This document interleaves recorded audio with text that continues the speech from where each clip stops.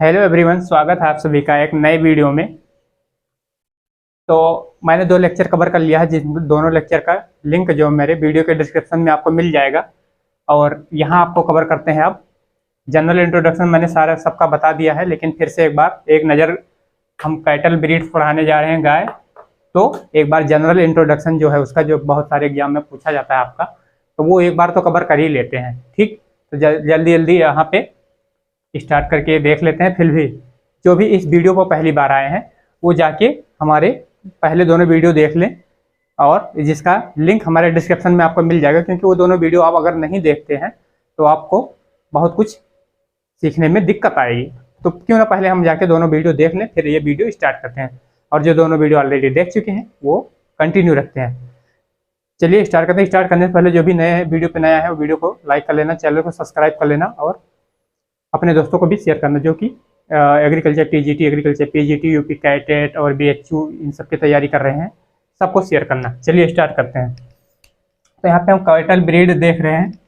तो अब यहाँ पे जंतु वैज्ञानिक नाम देखते हैं। भारतीय गाय का बॉस इंडिकस होता है, विदेशी गाय का बॉस टारसस होता है। ठीक, जो कि ऑलरेडी मैंने बता रखा है, लेकिन यहाँ ब्रीड पढ़ाने जा रहे थे काऊ की, तो एक बार देख लिया जाता है, रिपीट आपका रिवीजन हो जाएगा। फैमिली क्या होता है? बोबाइडी होता है। बोबिडी क्रोमोजोम नंबर, गुणसूत्रों की संख्या जिसको बोलते हैं 60 होती है। ठीक, मीट को क्या कहते हैं? गाय के बीफ बोलते हैं। और जो गाय के बॉडी का टेम्परेचर होता है वो कितना होता है? 101.5 फ़ारेनहाइट, यानी 101.5 फ़ारेनहाइट होता है। ब्याने की क्रिया को हम गाय के क्या बोलते हैं? काल्विंग बोलते हैं। नवजात शिशु को क्या बोलते हैं? कॉफ बोलते हैं। संभोग क्रिया को क्या बोलते हैं? सर्विसिंग बोलते हैं। और सर्विसिंग क्रिया को, संभोग क्रिया को सर्विसिंग बोलते हैं। बधिया नर को हम बैल बोलते हैं। तो ये रहा गाय का जनरल इंट्रोडक्शन। ठीक, अब इसके बारे में हम थोड़ा गाय का क्लासिफिकेशन पढ़ाएंगे। जैसे दूध देने वाली गाय, भारा ढोने वाली गाय की कौन कौन सी जातियां हैं, और मांस के लिए कौन सी जातियां गाय की होती हैं। बहुत बार आपको एग्जाम में पूछा जाता है। डोल पर्पज यानी दो उद्देश्य, एक उद्देश्य यानी कि दूध के लिए और मांस के लिए, और भारा और मांस के लिए दोनों। तो आइए आगे कंटिन्यू करते हैं, वीडियो में लास्ट तक बने रहिए। तो चलिए, गाय का जनरल इंट्रोडक्शन हो गया आपका कि गाय का जूलॉजिकल नेम क्या है, फैमिली क्या है, नवजात शिशु को क्या बोलते हैं, उसके मांस को क्या बोलते हैं, सब मैंने बता दिया। अब ये क्लासिफिकेशन है आगे। तो गाय का वर्गीकरण। अब गाय को आप कम से कम कितने भागों में बांट सकते हो? देसी और विदेशी। तो देसी में आपके आ जाती हैं दुधारू, द्विकाजी, भारवाही। 3 भाग में बांटे हैं देसी को हम। दुधारू एक की केवल दूध देती हैं, दूसरा द्विकाजी यानी दूध और भार ढोने के काम आती हैं। इनके बछड़े जो होते हैं भार ढोने के काम आते हैं। मादा जो होती है दूध के लिए होती हैं। और केवल भारवाही, इनके जो गायें होती हैं दूध बहुत कम देती हैं, और मोस्टली इनका जो उपयोग किया जाता है इनका भार ढोने के लिए किया जाता है। अब विदेशी है। यहाँ पे विदेशी को भी 2 भागों में बांटा गया है, एक मांस के लिए, एक दूध के लिए। लेकिन मांस के लिए हम विदेशी को नहीं पढ़ते हैं, यहाँ केवल दूध के लिए पढ़ते हैं। तो दूध के लिए विदेशी में सबसे पहले आती हैं एक आपका होलिस्टीन फ्रीजियन हो गया, जर्सी हो गया, आयरशायर हो गया, और ब्राउन स्विस हो गया। तो स्टूडेंट आप क्या करें, आप नोट्स बनाते चलिए, साथ साथ में स्क्रीनशॉट लेके आप नोट्स बनाते रहिए और अच्छे से तैयारी करते रहिए, हमारे साथ लगे रहिए। और पूरा एनिमल हस्बेंड्री आपका यूपी कैटेट और बीएचयू हो गया, आपका यूपी कैटेट हो गया, और टीजीटी पीजीटी, इस लेवल का आपका जो एनिमल हस्बेंड्री है वो पूरा कंप्लीट होगा। अब ये नहीं कि एनिमल हस्बेंड्री का एक एक डिजीज के बारे में 2-2 पन्ने, 2-2 स्लाइड, 10-10 स्लाइड हम पढ़ाएं, वो प्योर एनिमल हस्बेंड्री वाले पढ़ते हैं। तो चलिए आगे। इसका दुधारू में कौन कौन सी आती हैं, दुकाजी में कौन सी आती हैं, भरा और भारवाही में कौन कौन सी आती हैं, इसका पूरा डिटेल आगे पढ़ते हैं। तो अब हम 1 बाय 1 सबका थोड़ा डिटेल पढ़ेंगे। यानी दुधारू नस्ल, उसमें कौन कौन सी आती हैं, तो उसका आपका ट्रिक यहाँ पे लिखा हुआ है। दुधारू नस्ल याद करने के लिए जो आपका ट्रिक है साला गिरदेव। तो ये आपका ट्रिक हो गया दोस्तों, बहुत ही आसान ट्रिक है। साला गिरदेव बहुत सारे यूट्यूब चैनल वाले आपको अलग अलग बताते हैं, लेकिन ये जो आपका ट्रिक है बहुत ही आसान तरीका है। साला गिरदेव यहाँ पे मिल्क पर्पज, क्योंकि आपका वहाँ पूछ लेता क्वेश्चन में कि विच ऑफ द ब्रीड, या इसमें से कौन सी गाय की नस्ल दुधारू पर्पज के लिए जानी जाती है, दुधारू के लिए जानी जाती है, तो आपको यह जानना जरूरी है। तो यहाँ आते हैं साला गिरदेव, यानी सा मतलब साहीवाल, ला मतलब लाल सिंधी, गिर मतलब गिरी, और देव मतलब देवनी। तो साहीवाल, लाल सिंधी, गिर और देवनी, ये चार जो गाय की ब्रीड हैं वो किसके लिए होती हैं, आपका मिल्क पर्पज के लिए होती हैं। तो साहीवाल, और यहाँ पे आपका उनका उत्पत्ति स्थान यानी कहाँ पे सबसे ज़्यादा पाई जाती हैं वो भी लिख दिया है मैंने। सबसे यानी जन्म स्थान जहाँ से ये इनका खोज हुआ है, यानी ये हाईलाइट हुई हैं। तो साहीवाल यानी माउंटगोमरी पाकिस्तान, सबसे पहले माउंटगोमरी पाकिस्तान से आई साहीवाल। लाल सिंधी, ये भी सिंध प्रांत पाकिस्तान, पहले इंडिया में हुआ करता था, पाकिस्तान में आता है। गिर, जो गिरी नस्ल की गाय होती हैं दूध के लिए पर्पज है, काठियावाड़ गुजरात से आते हैं, काठियावाड़ गुजरात से गिर। और देवनी जो है आंध्र प्रदेश, देवनी जो गाय की नस्ल है आंध्र प्रदेश से आती है। तो ये मुख्य चार गाय की मिल्क पर्पज वाली नस्लें हैं। आइए अब देखते हैं दुर्काजी नस्लें। तो अब हम आते हैं, बात करते हैं दुधारू नस्ल की, हमने बात कर लिया है, तो अब हम बात करते हैं दुर्काजी नस्ल के गायों के बारे में। तो ये ट्रिक आप याद रखना, और मैं तो बोलता हूँ कि साथ साथ आप नोट्स बनाते चलिए, नोट्स बनाते रहेंगे तो आपका ही काम आसान हो जाएगा। तो नोट्स बनाते चलिए, और स्क्रीनशॉट लेना चाहते हो तो ले लीजिए। तो ये जो है कृष्णा, हरिथा, कांगा, मेरा, कृष्णा, हरिथा, कांगा, मेरा, ये आपका ट्रिक है द्विकाजी कैटल ब्रीड्स याद करने के। तो पहला क्या था साहीवाल, उसके मिल्क वाले का साला गिरदेव, इसका क्या है कृष्णा, हरथा, कांगा, मेरा।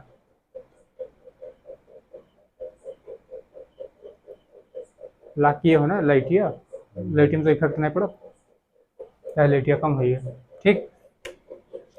अब कृष्णा से कृष्णा बेली, हरी से हरियाणा, एक गाय की ब्रीड है जिसको हरियाणा ब्रीड बोलते हैं। था से थार पारकर, का से काकरेज, मे से मेवाती, रा से राठी।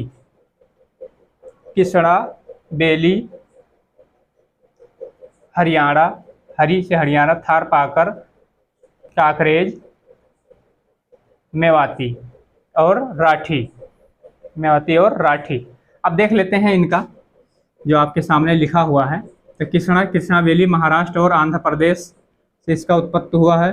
हरियाणा, हिसार हरियाणा से इसका उत्पत्ति हुआ है। था से थार पारकर दक्षिणी पूर्वी सिंध पाकिस्तान से हुआ है। काकरेज, कच्छ कारण, खाड़ी गुजरात, जो कि कच्छ में बहुत सारी फिल्में शूट हुई हैं अभी, तो 2-4 रिसेंटली फिल्में कच्छ में ही शूट हुई हैं। तो कच्छ कारण या कच्छ की खाड़ी गुजरात, कहाँ से काकरेज। और मेवाती मथुरा से, आपकी मथुरा, वृंदावन मथुरा। और राठी आपका अलवर जिला राजस्थान। तो राजस्थान से बहुत यादें जुड़ी हुई हैं, क्योंकि अभी जस्ट मेरा MSc एग्रोनॉमी JRF से राजस्थान से हुआ है। आपका जयपुर में पड़ता श्री करण नरेंद्र एग्रीकल्चर यूनिवर्सिटी, बहुत ही पावन जगह है और बहुत ही अच्छी जगह है। मैं अपना इंट्रो जल्द ही अपने चैनल पे लाने वाला हूँ। काकरेज जो है आपका सवाई चाल के लिए फेमस है, सवाई चाल के लिए काकरेज फेमस है, जो कि कच्छ कारण गुजरात से होती है। मेवाती आपका है।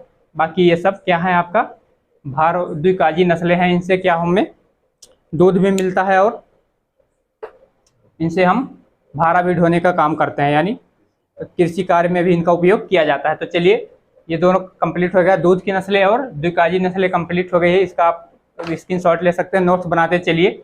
अब हम बताते हैं आपका कि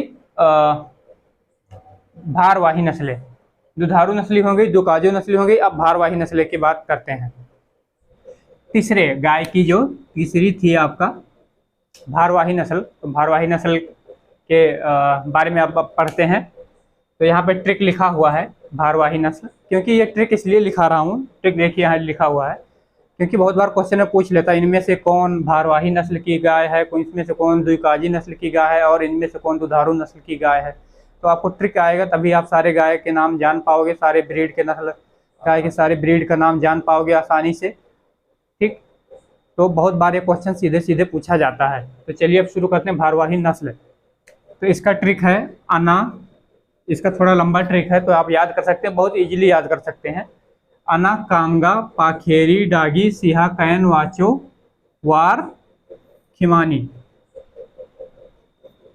अना कांगा पाखेरी डागी, अना कांगा पाखेरी डागी सिहा कैन वाचो वार खिमानी।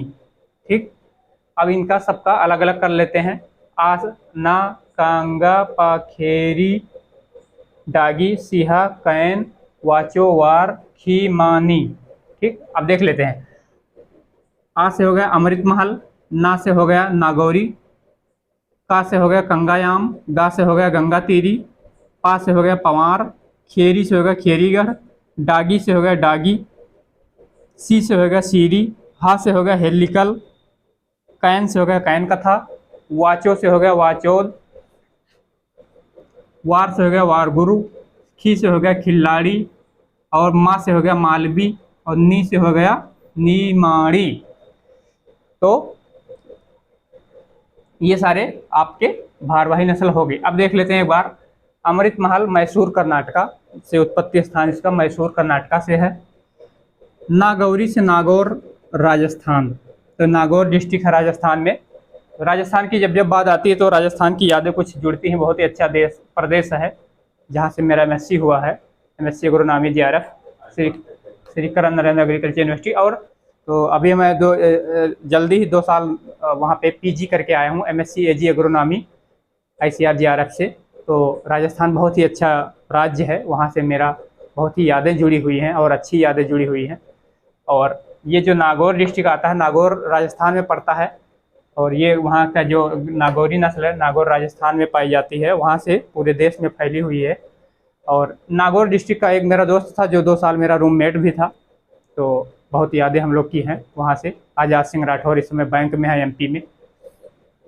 का से कंगायाम कोयम्बटूर आंध्र प्रदेश, गा से गंगा तीरी इसका जन्म स्थान है गाजीपुर, पा से है पवार पीलीभीत उत्तर प्रदेश, खेरी खेरीगढ़ सिक्किम, सिक्किम से है ये। डागी आपका मैसूर कर्नाटका से है।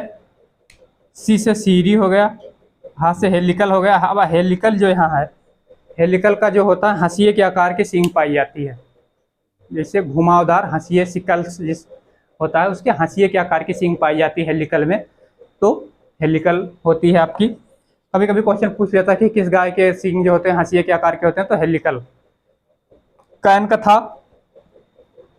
और ये अब देखिए खिलाड़ी के जो है सतारा महाराष्ट्र है, मालवी का मध्य प्रदेश है और निमाड़ी का खरगोन MP है। अब इसमें 1-2 का जैसे अमृत महल हो गया, तो अमृत महल जो नस्ल के जो बैल होते हैं वो बहुत ज़्यादा बोझा ढोने के काम आते हैं, भारी वजन भी वो एक जगह से दूसरी जगह ट्रांसफ़र कर लेते हैं।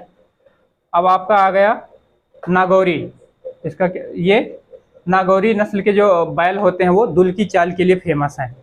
तो नागौरी नस्ल के बैल दुल की चाल के लिए फेमस हैं। और अभी जो द्विकाजी पढ़े थे उसमें हम क्या पढ़े थे, काकरेज, वो सवाई चाल के लिए फेमस हैं। दोनों इंपॉर्टेंट है, नागौरी दुल की चाल के लिए, कंफ्यूजन मत होना, और काकरेज जो है आपका सवाई चाल के लिए फेमस है। ठीक, तो ये गाय की सारा देसी गाय जो थी उनका सबका क्लासिफिकेशन था, वर्गीकरण था। आप आराम से इसका स्क्रीनशॉट ले सकते हैं और आराम से नोट्स बनाते रहिए। आपके हर आने वाले एग्जाम में यही सब पूछा जाएगा और आपके किसी भी कंपटीशन में एग्रीकल्चर से आप किसी भी कंपटीशन में बैठते हैं तो ये काम आएगा। अब बात करते हैं हम विदेशी नस्लों के बारे में या और क्रॉस ब्रीड के बारे में। तो चलिए वीडियो में बने रहिए। तो चलिए अब विदेशी नस्ल की बात हम कर लेते हैं, गाय की मेन दूध की पर्पज वाली विदेशी नस्ल की हम बात करेंगे। अभी आपको देसी नस्ल हम देख लिए, दुधारू, दुकाजी और भारवाही, बाकी बाकायदा ट्रिक के रूप में याद किए हैं। उम्मीद करता हूँ आप सब लिखते गए होंगे, नोट्स बनाते गए होंगे, आपको याद भी हो गया होगा। आपको रूम पे जाके याद करने की जरूरत नहीं है, बाद में याद करने की जरूरत नहीं, हम साथ ही साथ याद हो जाएगा, आप थोड़ा सा ध्यान देंगे तो। अब देखते हैं होलिस्टीन फ्रिजियन। अब इसका 3 चीज़ें हम देख लेते हैं, जन्म स्थान, दुग्ध उत्पादन और प्रथम ब्यात की आयु। ज़्यादा से ज़्यादा इससे यही पूछा जा सकता है। ठीक, तो हाँ, होलिस्टीन फ्रिजियंस जन्म स्थान यानी हॉलैंड है। होलिस्टीन फ्रिजियन जन्म स्थान हॉलैंड। दुग्ध उत्पादन 6000 से लेके 6100 लीटर प्रति ब्यात।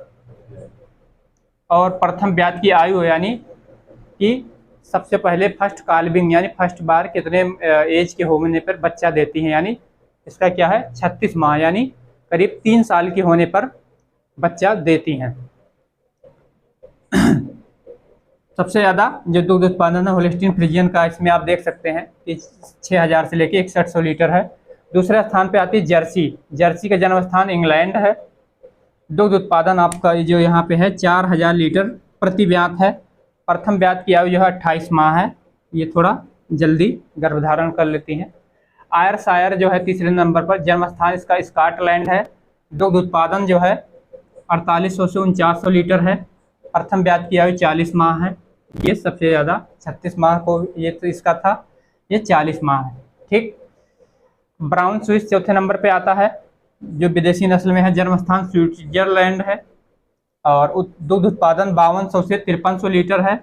प्रथम ब्यात की आयु 36 माह इसकी भी है। तो जन्म स्थान बहुत पूछा जा सकता है, तो जन्म स्थान देख लीजिए आप एक बार। Holstein Friesian Holland, Holstein Holland, Jersey England, Ayrshire Scotland, Brown Swiss Switzerland. Swiss है तो स्विट्जरलैंड, तो बहुत आराम से आप याद कर सकते हो। सबसे दुग्ध उत्पादन 6000 से 6100 लीटर 36 माह, 4000 लीटर 28 माह, 4800 से 4900 लीटर 40 माह, 48, 49, 40 माह, इसका 5200 लीटर 36 माह। तो उम्मीद करता हूँ ये आपको याद हो गया होगा और इसका नोट्स बना लीजिए, स्क्रीनशॉट ले लीजिए। अब हम आपको क्रॉस ब्रीड के बारे में बताएंगे। विदेशी गाय में सबसे ज़्यादा वसा जर्सी में पाई जाती है, लगभग 5.5% के करीब पाई जाती है। लेकिन एग्जैक्ट डाटा आप देख लेना एक बार, उसे 5.5% सबसे ज़्यादा जो होता है जर्सी में पाई जाती है। तो अब आपकी देसी नस्ल हो गई, विदेशी नस्ल हो गई। अब हम आपको क्रॉस ब्रीड के बारे में बताएंगे, तो वीडियो में अभी बने रहिए। अब हम संकर नस्लें की बात कर लेते हैं, जिसको क्रॉस ब्रीड बोलते हैं इंग्लिश में।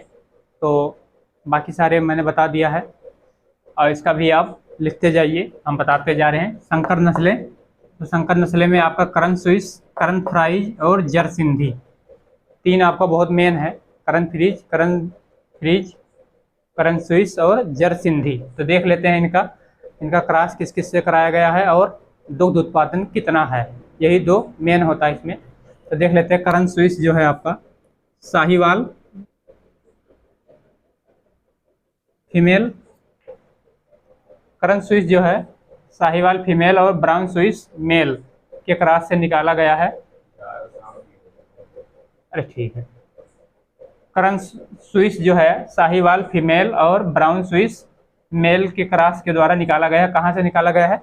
National dairy research institute Karnal Haryana, national dairy research institute Karnal Haryana, यहाँ से करण स्विस वैरायटी निकाली गई है, साहिवाल गुड़े ब्राउन स्विस। और इसका दुग्ध उत्पादन कितना है? 3200 लीटर प्रति ब्यात। दूसरे नंबर पे आता है करण फ्राइज। तो करण फ्राइज थारपारकर गुड़े फिजिशियन, यही फीमेल और मेल यानी गाय और सांड के क्रॉस से, थारपारकर की गाय और फिजिशियन के सांड से क्रॉस करा के आपका करण फ्राइज निकाला गया है। इसका ये भी कहाँ से निकाला गया है? NDRI से, national dairy research institute Karnal Haryana. ठीक, इसका क्या है दुग्ध उत्पादन? 3600 लीटर प्रति ब्यात, 3600 लीटर प्रति ब्यात। तीसरे पे आता है जरसिंधी, जरसिंधी। तो इसका है क्रॉस सिंधी गुड़े जर्सी। ठीक, सिंधी गुड़े जर्सी, आप जर्सी गुड़े सिंधी भी लिख सकते हैं। बस इतना आपको पता होना चाहिए कि जब आप इधर कर देंगे तो सांड इधर आ जाएगा, गाय इधर चली जाएगी। जर्सी आगे ले आएंगे तो जर्सी सांड है, सिंधी गाय है। तो यही आपको समझना बस, सिंधी गुड़े जर्सी। इसको कहाँ से निकाला गया है? मिलिट्री डेयरी फार्म मेरठ से, मेरठ में एक मिलिट्री डेयरी फार्म है, वहाँ से निकाला गया। मेरठ का नाम आते ही, क्योंकि मेरठ से मेरी BSc AG है, तो मेरठ की भी बहुत सुनहरी यादें हैं। 4 साल मैंने वहाँ पे एक्सपेंड किया है, BSc AG honours Sardar Vallabh भाई Patel university of agriculture and technology Meerut. तो मेरठ की जब भी बात आती है तो 4 साल जो मैंने BSc AG का स्पेंड किया है वहाँ की सुनहरी यादें, और मेरठ बहुत अच्छा सिटी है। तो वहाँ पे एक दोस्त थे राहुल, तो उन्हीं के साथ 4 साल रहे। जरसिंध सिंधी गुड़े Jersey Meerut military dairy farm. इसका दुग्ध उत्पादन जो है 3500 से 4000 लीटर, यहाँ पे एक जीरो और लगेगा, 4000 लीटर प्रति ब्यात होता है। तो ये रही आपकी कैटल ब्रीड, गाय की नस्लें। तो गाय की नस्लें हमने बता दिया, क्लासिफिकेशन बता दिया उनका, जनरल उनका इंट्रोडक्शन बता दिया, और देसी नस्लों का वर्गीकरण, दूध, दुकाजी, भारवाही। उसके बाद मैंने बताया आपका विदेशी के बारे में सबको बताया, और फिर क्रॉस यानी संकरण ब्रीड बता दिया। अब जो गाय से रिलेटेड यानी कैटल से रिलेटेड वन लाइनर क्वेश्चन है, मैं सोच रहा हूँ कि आपको बुकफेलो भी कंप्लीट करा के तो गाय और भैंस का वन लाइनर क्वेश्चन एक साथ करा दूँ। हाँ, जो छोटी छोटी टर्मिनोलॉजी भी बची है थोड़ा, तो इन सबको मैं गाय भैंस का वन लाइनर क्वेश्चन एक अलग लेक्चर में कवर कर दूंगा। तो उसका भी मेरे चैनल पे आप लगातार बने रहिएगा, क्योंकि ये वीडियो बहुत लेंदी हो रहा है तो सबको एक साथ जोड़ना अच्छा नहीं लग रहा है। बाकी वन लाइनर सभी को उसमें हो जाएगा, जैसे डिहार्निंग बधियाकरण करने की जितने भी गाय से रिलेटेड वन लाइनर क्वेश्चन है उसको मैं गाय और भैंस कंप्लीट करा के, गाय और भैंस का दोनों का वन लाइनर क्वेश्चन कंप्लीट करा देंगे। तो उम्मीद करता हूँ ये वीडियो से आपको अच्छा लगा होगा। अगर अच्छा लगा हो तो वीडियो को लाइक कर लेना, चैनल को सब्सक्राइब कर देना, और वीडियो में लगातार हमारे चैनल पे बने रहना, क्योंकि कई 2, 4, 10 लेक्चर में हमको एनिमल हस्बेंड्री ख़त्म करना है। और इस चैनल पे आपको ज़्यादा इसके अलावा आपको पढ़ने की जरूरत नहीं है, क्योंकि बाकी मैंने देखा यूट्यूब चैनल पे आपको विद्वान बनाने की कोशिश करते हैं, लेकिन हमें उतना पढ़ना है कि इफेक्टिव हमारे लिए हो, प्रभाव हो, जिससे हमारा एग्जाम में क्वेश्चन भी आ जाए और हमें ज़्यादा ओवरलोड भी ना पड़े। तो आपको स्मार्ट स्टडी करना है, ठीक। तो मिलते हैं नेक्स्ट वीडियो में, तब तक के लिए जय हिंद, वंदे मातरम।